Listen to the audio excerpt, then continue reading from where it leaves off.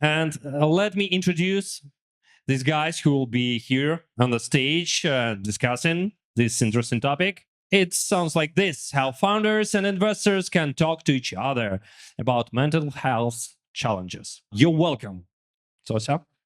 Perfect. Thank you so much. I don't think I have to do any more introduction after this, entrée that we've just had here. But just so we are all on the same page. Hello, everyone. Very nice to meet you. My name is Zosia Vanat. I'm a reporter at Sifted, which is the Financial Times backed news site on European startups and venture capital market. And it is really my great pleasure to be here today. The pleasure is even greater because we are going to discuss the topic, which, as has been said here, is very interesting, but I also think it's very, very important. And it's actually not talked about enough, especially in this part of Europe, at least from my experience. Maybe you will prove me wrong. But I'm very, very looking forward to hearing your views. As it's been said, mental health of founders and how they can talk about it to their investors. And I'm very happy that for this chat, I'm joined by the representatives from all the spectrum of the debate. We have the investors here, we have the founders here, we have the representatives of startups as well. So we will really be able to hear the voices from many perspectives. And then before we start the actual discussion, let me begin with some statistics. So according to a recent study by Sifted, so very reliable source, more than 7 in 10 startup founders experienced high stress and anxiety in the past year, leading nearly half of them to consider quitting their startups this year. Similarly, Ultra VC latest survey, so another very reliable source, reveals that 71% of founders sacrifice their private lives for business success. And then these are just numbers, but I think all of us here in the room, we all know those founders who on the surface are living their very successful, fulfilling lives. But then when we talk to them in private, it actually turns out that they very often suffer, very often in silence, without telling everyone, from depression, anxiety, stress connected to work. And then they very rarely speak up about this because they are so concerned of appearing weak or less capable of doing their job. So my first question here to the panelists would be whether you think this is a common problem in the startup ecosystem here in Poland and Central Eastern Europe. Have you seen it a lot in your practice as investors, and also have you experienced it yourself in the startup life? Eugene, if I could ask you to start. Sure, thank you.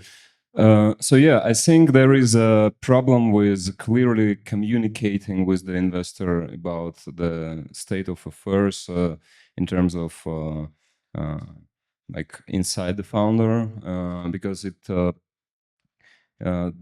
in a way, if a founder wants to get the next round, he tries to do everything to get that and to impress the investor, but strategically, this non-communication about the state, I think, is a problem because it's either founder will somehow manage alone, because if we're talking about the numbers, there is a sacrifice of personal life, like friends, and then where is the support? And so it's a risky bet, in my opinion, for the founder to do this alone.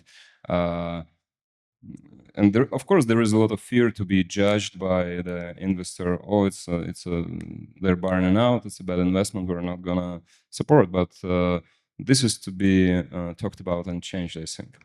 But has it ever happened to you that you knew that the founder you invested in actually has been suffering with some sort of mental health problems?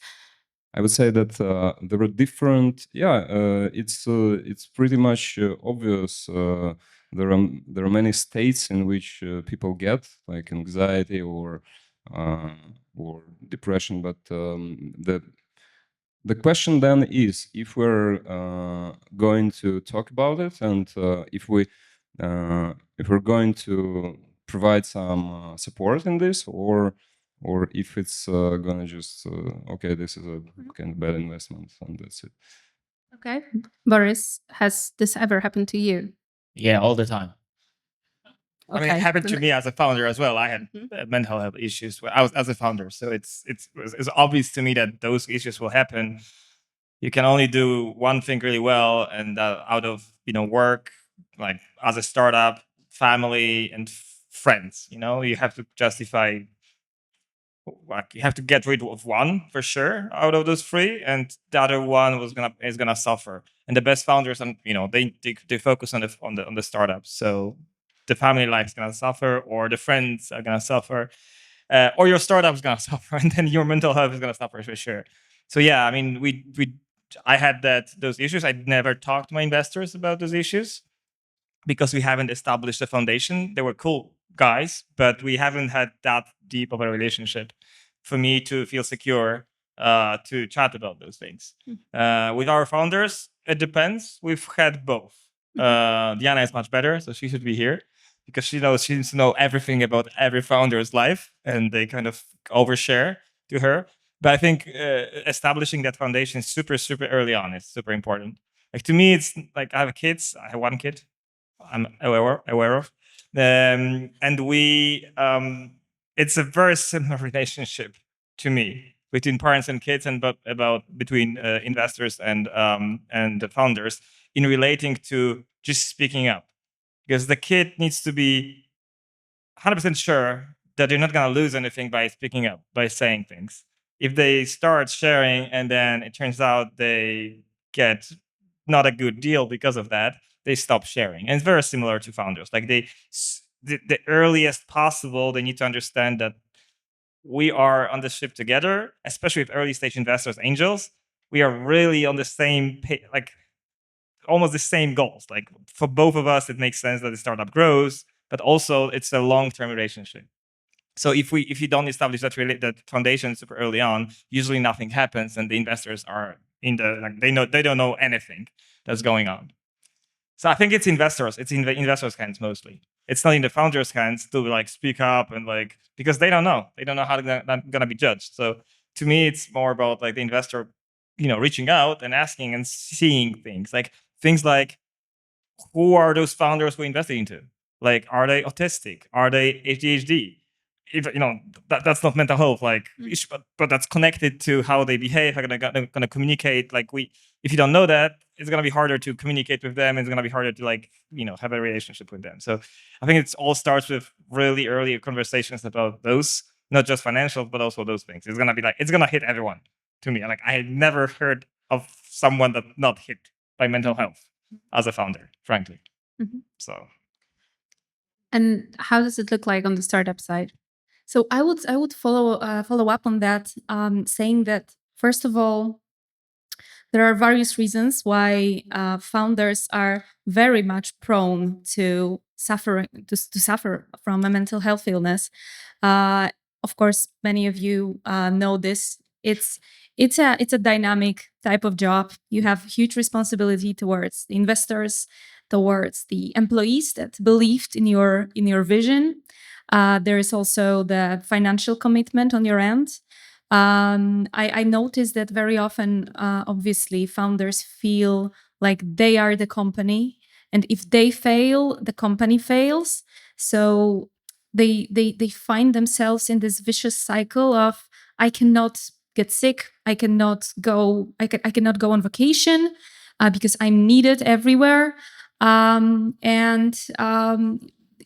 are various factors making founders so much prone to the mental health illnesses.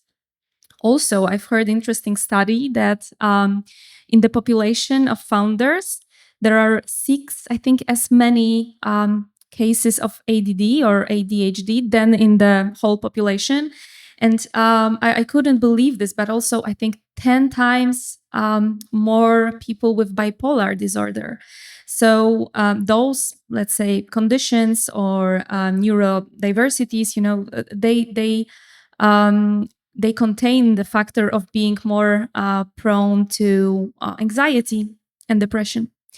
And yeah, so I would say the problem is real. And also following up on what Boris said, for me, the dynamic between founders and investors can be obviously it's a little bit similar to the dynamic between team members and managers, and therefore in these dynamics, myself as a person working in people and culture, I always say to managers that they have to, that it's their responsibility to build this psychological safety, to start the conversation, to give this space, to see, to show that it's okay, that we have a space to talk about how we are doing, but not only in the sense, how is business doing, but also how are you doing? How are you dealing with everything? How I am dealing with everything. So I would say also definitely the responsibility, at least to create this safe space, in my opinion, is on the investor's side. And Chris. Thank you. I'm always conscious when I sit on anything like this, especially when you begin by saying we have a representation from founders, that I am perhaps speaking for too many founders when I say what I say. I know that every view is unique. I have a very quite a unique intersectionality myself. So I'm in London. We tend to be a lot more open about mental health, I think, than in most of Eastern Europe, but as I understand it generally. So I have that perspective. I grew up gay, so I grew up in really with discrimination that was both legal and social against me. Even right now, pretty much our only investment that we get is from queer investors. All right, it's really tough. So, but I just want to say I'm talking from a particular perspective. To begin with, I did speak to a lot of different founders, and answering this question, they pretty much laughed at me. They were like, "No, you don't tell investors about your mental health. You have to have a brave face. You have to be the picture of your company, of power. You cannot do that. It's an imbalanced relationship in terms of power, right? And we've misaligned interests, really, because most investors have a number of different companies. So this is not personal, right? This is the view that I'm hearing from most founders I've spoken to. They would say, my VC has about 100 companies, and they'll throw me under the bus if it's going to help another one of their companies. I'm just a line on the spreadsheet. I'm a number in a spreadsheet, right? So how do you go from that situation to building up this vulnerable situation, which I agree with what you've been saying. It's absolutely right. We want to get there. But how do you go from that? How do you start to build trust and absolutely the psychological safety? And this is where I look to you, to the three of you for answers to this. I think we're quite far right now. Although I'm speaking very much from talking to other people, I've got quite contrarian views, and personally, I'll talk about that later. But I think we're quite far where we are from allowing most founders to be open about their mental health difficulties with investors. Perfect. Thank you so much for sharing this. It's actually, like you actually have just asked the question, my next question, right? What can VCs do? What can investors do to improve this environment, to make founders open up? Are there any tips? Are there any golden rules that they should follow? And on the contrary, what are the things that you think they should never do to sort of not to hurt this relationship in a way founder would never open up to them? Are there any from your experiences? What would you do personally? Well, I think this is about building a relationship first, and it's about opening up, I agree that there is a difference in the power, but basically we're all humans, and if we can connect with, it's hard, but I think this is possible. And of course, if you have like huge batches, well, maybe and then yeah, the startup becomes a number in the list. Maybe that's harder to do, and also I think it is possible to do some kind of well. Maybe transformative coaching programs or something like that that can help founders to see their own state. And what we're trying to do at the moment in the accelerator, we're building peer-to-peer support groups, and but this is not about how investors talk to each other, to the startup. Sorry, it's about how startups can talk Mhm. talk to each other and to get support. And in my opinion, yes, it's about honesty. It's about opening from the side of the investor first. So So maybe counterintuitive, but what helps with those situations, what helps with our founders to open up is to have not just a work relationship. With a lot of founders, we're friends. we party together. We do other stuff than just talk about the finance. Sometimes it's one partner who's doing the deal, and the other partner is a friend, as in we both win the deal, but there is a connection. Sometimes I connect better with some founders. Sometimes Diana connects better. Sometimes Paul connects better, or one of the other people in the team. Um, uh, and if those founders need it, there's different types of founders. There are some who just don't want that relationship at all. That's fine too. But for those who do, uh, it's been actually helpful. I think it's been for founders as well, uh, because when we meet more often and when we hear about stuff that's different, not just not just the financial stuff, not just the revenue, not just growth or the lack of growth, but we also hear about the issues with the kids and the issues with the dog, or just shitty dating or whatever. We kind of get closer together. It's actually more likely, even if we hear some bad stuff, and no one like can hide. Everyone has some weird shit going on in their head. But if we, to me, I think like I don't have like proper numbers for that, but I would probably assume that we've committed more money to startups that we hang out more. So it's in your interest actually to be closer, because it's not just like you're not just a number, right? You're actually there is a relationship that's kind of deeper, and that helps you. This way, I guess you kind of sometimes feel that you can share things. Like that's not gonna hurt you that you share things, and maybe it's gonna help you, and maybe you know. So But then let's say that you have a startup founder in your portfolio and they're very successful and they're doing really well and they are fundraising now, on the trajectory to become like a unicorn. And then in this like pivotal moment of this fundraise or whatever, they come to you and they say, I've been suffering from severe anxiety for the last couple of months. I can't do it anymore. I have to take a break.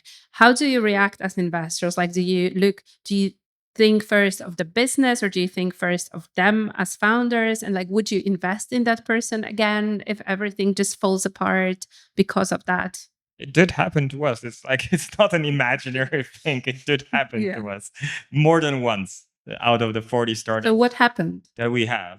Not with these people, but Founder with first you. always. Founders first always. So like what realistically, like what can I do if the founder is like burnt out? I'm not gonna like do some magic trick and say, oh, just hold up, it's not as bad, you can do it. Like what the fuck? Like they obviously are smarter than that, and they've gone through those as well. So like you as a VC, you're kind of a unlicensed therapist, and you have to do your job pretty well not to be a really bad therapist. So you just need to know what to say or what not to say. In my interest, it is that the founder, gets their shit together, but figures it out properly. Not, it just won't work if he or she, raises that round and then everything blows up.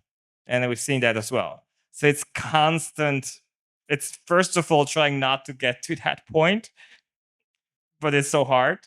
And if we get to that point, you need to slow down. It's just that's what happens. Like if there is issues, you have to figure those issues out first. You won't be effective. You won't be efficient in your job if you don't figure those things first. So sometimes the business will hurt, but usually, other businesses have the same problems. So no, I don't think there is a shortcuts or of any sorts. So I would say, seek professional help for sure, but also, take a break if you need it. And founders have done it. Took a break, came back way stronger than they were before. Justina and Chris, I mean, you should sit opposite, these sofas should be like this, so you could like have a battle. Yeah. But Also, I see that we are pretty on the same page, I guess. So that's great. And I would say, first of all, obviously the personal relationships are so vital. Face-to-face meetings, social time together, building trust. Like there is this. It's a simple formula, you can say, but it's sometimes forgot. And it's just weird, but this is how it is. So yeah, this is super important. Also, the question you asked, and a very, very interesting one, deals with a crisis, right? That there's a mental health crisis, someone's in the crisis. What happens? The first thing I thought is, yeah, but therefore we need to invest in the prevention, right?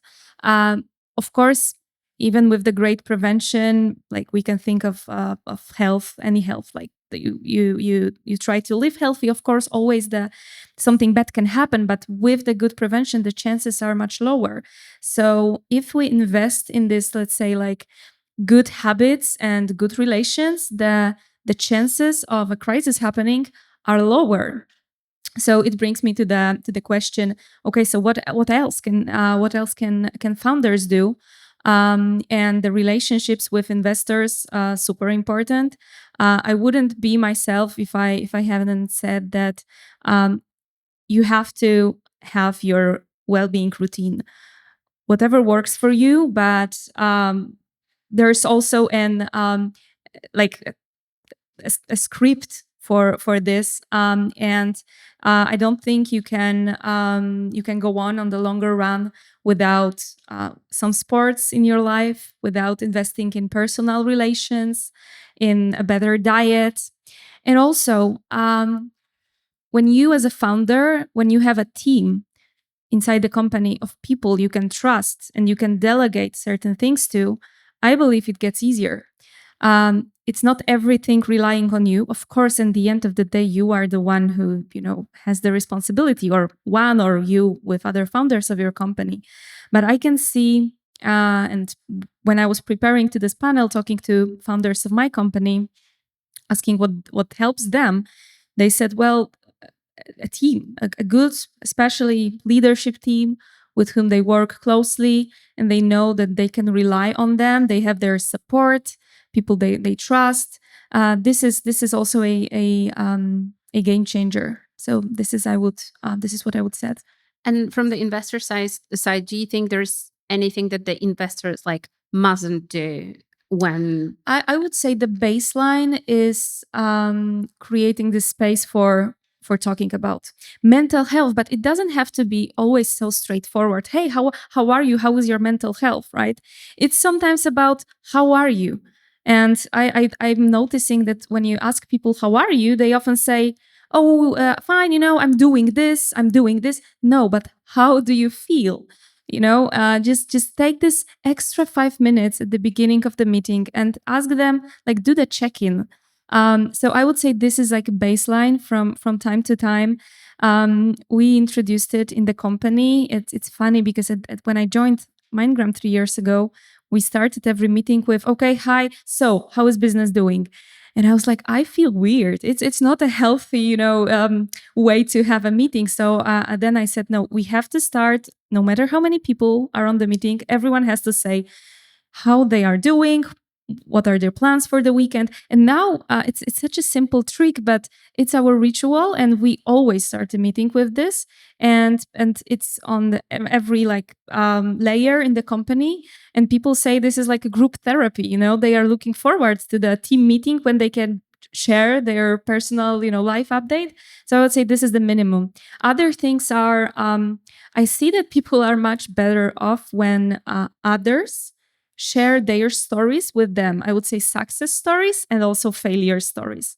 We love a good failure story, right? So if, for example, investors will introduce you to other founders that are on the similar stage or are dealing with similar problems, you have a space to talk and to share experiences and share your failures and successes and see that, okay, they are also struggling. I'm not the only one who is, who is not able to close a client in 2 months or whatever.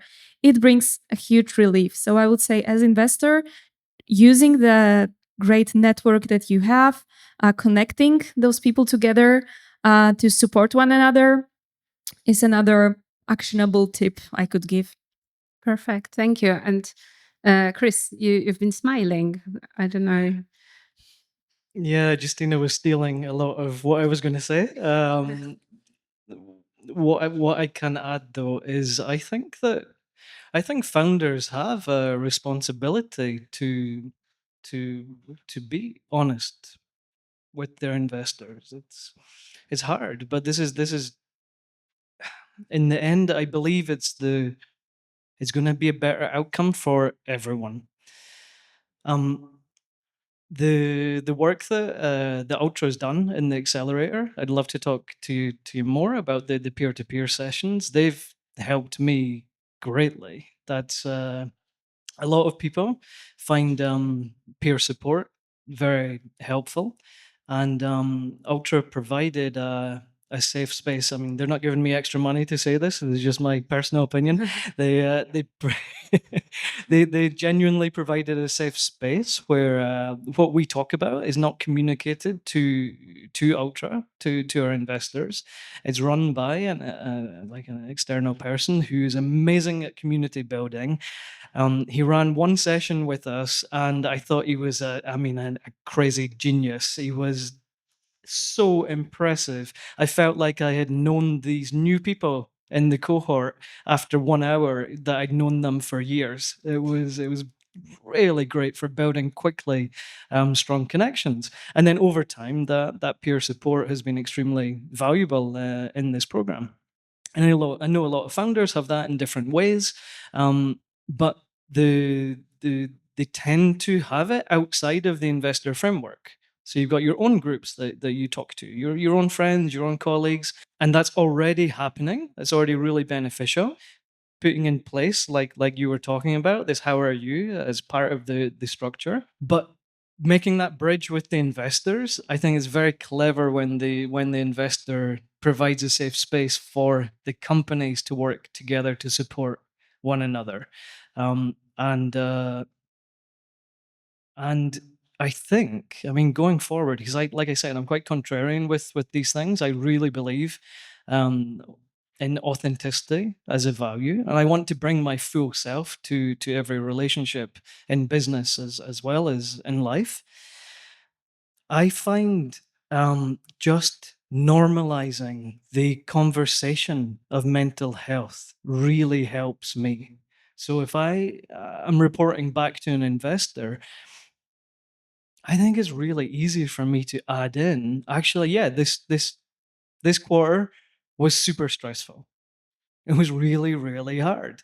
Here's the top 3 things that stressed us out. We could see the team at breaking point at some point, and here's the 3 things that we did to try and deal with that, right? And I think just by communicating that, by making it part of the normal process of talking about mental health, for me, it helps me think of it just, kind of like another business metric, but something that I'm not ashamed of. We all have mental health concerns. We all do. None of us are immune to it, and being able to be open about that helps me. So I don't know, it might help other people. But you certainly need an investor who's going to take that well and who's going to treat it well. And I think that's what you need to do when you're looking at the investor relationship before you take someone's money. Maybe you should be asking them these questions. Maybe you should be talking to other startups and saying, do they actually allow you to have an open forum, or do you have that type of communication with them? Do you get that support from them? And when we start to do that, when we start to be transparent in our everyday activities and talk about it more, I feel that really leads to trust, which over time builds, and it becomes a valuable connection. And then, I mean, this is the reality. It's the investment world. Investors know other investors. Startups know other startups. The better reputation you have for someone who's good and easy to work with, the better your life's going to be in the future as well. And maybe, follow on all the different ways in which your relationship can grow. So I think it's in everyone's interest to develop these, and not just a way for an investor to be able to perhaps find which one of their startups are the weakest and pick them off. I just don't have that perspective. I don't. I very much think that we make everyone stronger by building trust, and that takes small actions over time. Thanks so much, Chris, for sharing this. It's actually bringing us to the next point I wanted to discuss, and I'm wondering if you would like to add anything to this, because I'm just wondering whether we should consider that maybe the whole startup ecosystem should be a little bit more supportive, like become a more supportive environment for startups, for founders' mental health. Because again, tell me if I'm wrong, but at least what I see in Poland, as a founder, you really have to be tough. You have to show off yourself as a tough leader with no vulnerabilities, with no weaknesses. When we read all those like success stories on LinkedIn or in other social media, it's basically, like just pure happiness all the time. People are very, very afraid of talking about their weaknesses, including mental health. It's starting to happen more and more, but still to a very, very little extent. And I'm just wondering, and you mentioned peer-to-peer groups, and maybe there are some other ways how the whole environment, like the ecosystem, could become more supportive for founders, so they don't have to, like struggle through all the time, even when they suffer. Yeah, it's a good question, and I think that by showing what is not real, by showing some image of self, like super successful, like no vulnerability, it creates a specific state inside that kind of influences the results we get, because it's either we are connected to ourselves, or and then we can connect to other people, or we are disconnected. And when we are disconnected, then we can do well. What we can do? I'm not sure that if we are disconnected, we can take into consideration all the interests of all the stakeholders. And probably, in my opinion, this is why we're having the problems, the challenges in the world, like climate and political crisis, because we do not connect to ourselves first. And in terms of this, I think there should be some change about if people want to learn more about themselves. What's inside me? What do I feel? And only after that, I think it's possible to deeply connect with others. And it's really scary sometimes to admit that I'm anxious and I don't know how to connect to you. I like these things, and but without admitting that there is such a thing, where like removing something from the picture and making wrong decisions in the end.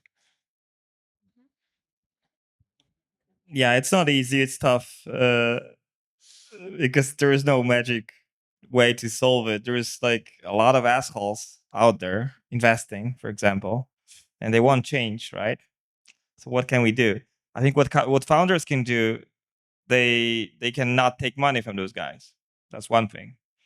So I know it sounds easy, but if you have just one person giving you money and saying no to that person, yeah, that can be tough. But I think long term, like when you have to always think long term, not just like this fundraising. You have to think like how is like taking money from a person affects 10 years of your life, more or less. So you have to choose really wisely. And sometimes maybe it actually makes sense to pass if you see red flags, just like we pass when you see red flags in founders. That so maybe it's. I mean, obviously the investors should do their work, and if they are assholes themselves, maybe they should hire non-assholes to their team who are like can relate and can do things like that. But they're probably not aware. But that the founders, yeah, they need to really think deeply who they work with, because that's going to really affect their mental health. Very often those issues are caused by investors pushing too much, for example, which that usually won't work. Like you have to have your internal the motivation. It's the investors not gonna like suddenly make you a hustler if you're not one, right? So it's yeah, I think it's like you have to. A lot of founders think only on financials. They're like, okay, what's the valuation? What's the whatever? What's the brand of the investor? And they're not thinking the actual person that you're gonna be working with, because they think everything's gonna be great. They don't have mental health issues right now when they're like fundraising. They're gonna come when there's issues. There was like bad stuff happening in your company, or your co-founders, have problems, your family has problems, and then you're gonna maybe think, oh fuck, I maybe should have thought better who I do business with. So I would say maybe from that angle, really, really do deep due diligence on your both your co-founders but also your investors, and make sure they're not assholes. Yeah, that's a good, I would say, good advice. I think we have to lay the foundations step by step while implementing possibly the hints that we kind of produced here. But also, from my experience, when you say to people, "Hey, you should take care of your mental health and also help others not suffer from mental health issues," it resonates with some because some people are just good. It won't resonate with some people because they are assholes, as you said, and that's true. But for most people, they are not angels and they are not assholes. They are just not aware and they don't understand. They are like they have all those thoughts and ideas and assumptions maybe that they believe in for so many years. Like maybe this is something they've heard when they were children, like men have to be tough, especially men, right? You as a person in business, you cannot show your emotions because it will mean you are weak. They just believe it so much that unfortunately, panel or article or LinkedIn post probably will change it from the next Even day. the LinkedIn post? I mean, it was my last resort, but even this will not. But from my experience, what resonates is telling them the truth, which is helping the founders with their mental health is beneficial for everyone. It is beneficial for you as an investor because possibly the company will do better. The person will be more creative, more innovative, will not be in this cognitive fog that I feel founders are in often because they are in such a stress and pressure. So company will do better, and employees of this company will be more innovative because their boss will be more open about stuff. So at the end of the day, it just pays off. as simply as that. It's not only about being a good person, because this promise doesn't, for some reason, resonate with everyone, but showing them that this can like financially pay off at the end. And I strongly believe in it, and I'm sure there's plenty of data to back it up. So yeah. Chris, would you like to add something? Because before you start, I will just say that we will have time for a couple of questions. So if anyone has a question in mind, keep it. And now, Chris, you can. I mean, I'm perfectly happy to pass. Ask him some questions first, so he's not like waiting for everyone.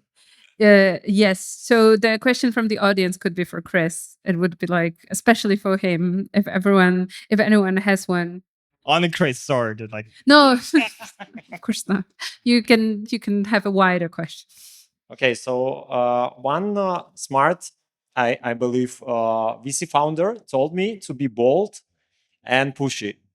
And now we're talking from completely different perspective. I mean, like, show your feelings, be sincere, etc. So please, guys, do we have to be pushy at the beginning, and then we have to become like, are we fostering bipolar of, I don't know, what are we doing here? Please, can you reply? Yeah, for me, those things can go together. Actually, lately I've heard a great, I saw a great LinkedIn post that changed my optics completely. No, but truly, it was a LinkedIn post, and I think someone was writing about his father, and they said they loved his father very much, and that they were a great person, and they said because he was giving me very high standards and very high expectations, but connected with high support. And this is, and I was really inspired by the. I'm not a huge fan of LinkedIn posts, to be honest, but this one was like, yeah, it inspired me somehow. Yeah, but like when you expect a lot from someone, you're always raising the bar because you believe in them. Because otherwise you wouldn't do it. It's a sign of trust, and I believe in you even more than you believe in yourself. But also, I'm there to support you. I'm there to help you if you need to talk, if you need to go for a beer and just vent. You know my number. I think this is a mix that builds the greatest leaders and people. So don't start your pitch that with mental health issues. Probably not a good idea. Like you still need to do business, blah blah blah. But I wouldn't, if you're being asked, or it's. I don't know. I think being natural and being yourself is like works best, because this way you're gonna get the right fit of an investor. Maybe Chris. Sorry, just to add, there's also pushy, but pushy with respect, right? So it doesn't have to be pushy, aggressive. It can be determined, more like. But also, I think it really depends on the stage of your relationship with that investor. Have you met them before? How were you connected to each other? Yeah, I wouldn't go in and talk to someone on day one about all my mental health problems. It's just not appropriate for anyone. Why VCs are sitting on a bigger sofa than the startups? I will leave it to the organizers to reply to this question. Thank you so much. Is there any other question? There is one. Paid for first class. That's what we. Hi. I have a question like, aren't you, by this topic, aren't you producing some misconception? Because making the, let's say, making everyone software is one thing, and it sounds proper thing. But for example, if you take this panel, the topic of this panel is mental health, and it will be very surprising if you discuss how to fundraise here, right? And same, but vice versa. Like if you gathered and working about fundraising, making a business, and etc., probably mental health is not very best place for that. What's the question? Yeah, the question is like, aren't you trying to create some misconception? Because You definitely don't want to make a family with every founder and every investor. And like for me, it sounds like this should be separated, really separated, not mixed. And making software is one thing, but mixing is another thing. I don't think it's about like mixing. It's more. I think it's connected, but it's not like mixed, because if, in my opinion, the state it influences everything, and well, I cannot. I don't know. So, for example, if I'm anxious or if I'm fight or flee mode, I cannot make decisions. I'm not in a growth mindset, so I need to take care of that first before I can do something, and this is related, I think, to the topic of building businesses and launching startups, because if well, if a person is if I am in this kind of situation, so I cannot make proper decisions, and this needs to be articulated, I think, and the honesty of a founder is also something that is very valuable in terms of, oh, he told us, and now I know that next time he is going to share, and because of that, even if this fails this time, we might invest if the idea is good and stuff like that, because we know that the founder is open and he communicates clearly. Yeah, it's kind of reminded me about another, in my opinion, and from my observations, perk of discussing the state of well-being in this dynamic, because it's the honesty. Because when you have the trust that is built between investors and founders, even if only by meeting personally, having a barbecue, drinking beers, I don't know, or coffee together, talking about your dog and stuff, I think at the end of the day, the founder is being more honest with you, because they know they can trust you, and also in the sense of how business is doing. There are many ways you can like create a pitch or a story, and you can wait with the issues that probably you should share with your investors until the last possible moment. And when the relationship is built and the trust is built there, the quicker you feel open as a founder to discuss some challenges that you are not sure how to solve, the quicker they will be able to maybe give you good advice, connect you with another founder who had the same problem and they solved it successfully. So yeah, I think those two words can work together. It doesn't have to be a revolution, and it's not like you have to talk only about your mental health. Absolutely not. But I would say going a step into this direction to let's show ourselves that we are human also, that we don't have to always put on these masks because it doesn't benefit no one. I think this is the future. This is what the future will look like. I really believe it, and I think it's happening. Just on the topic of family, I think that it is a family. Should we I mean, end with the this? average relationship between a husband and wife is shorter than the relationship between investor and startup founder. So it's more of a family. I mean, it might be pathological family sometimes, family where no one talks to each other and everyone blames each other, but it's a family. It's yourself who make it into a proper family, I think. But I don't think it can be separated. But also frankly. in the HR world, we and again talking about managers and team members, because I really think this analogy is also good. We usually nowadays we don't talk about a company being a family anymore, right? We say it's a team. It's like like a football team. So we have goals together. We love one another. We are doing plenty of things together apart from work, but everyone is replaceable. if we will need new people, we'll hire new people. We will let someone go, and so on. So I like this analogy. And also in the football team, now we have championships, so maybe this is a good example. They also have coaches. They also have psychologists, because people need to talk about their emotions, because we feel emotions. If we don't talk about our emotions, or if we are not aware of our emotions, we suppress them, and then we have real problems.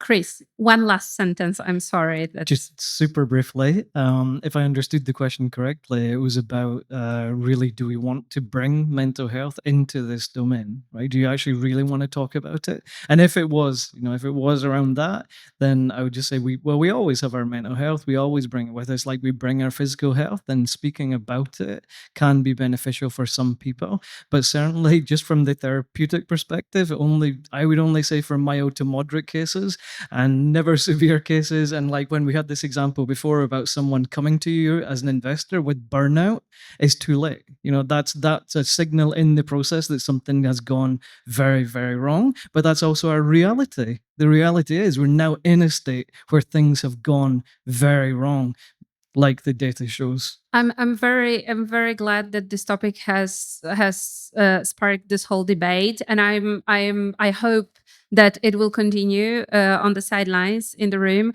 But we really have to finish. I'm getting all the signs. So thank you for your questions. Really, it's very valuable to have them. And thank you for sharing all your insights. I think it's been a great debate. I learned a lot. I hope you too. Thank you so much.